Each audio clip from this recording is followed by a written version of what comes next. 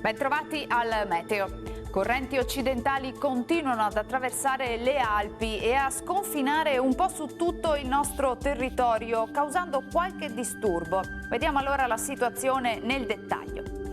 Sul Veneto la grafica di mercoledì 19 maggio evidenzia una diffusa instabilità. Al mattino infatti il cielo risulterà in prevalenza sereno o poco nuvoloso, dal pomeriggio a tratti parzialmente nuvoloso e non si escludono anche dei locali e brevi piovaschi un po' su tutta la nostra regione.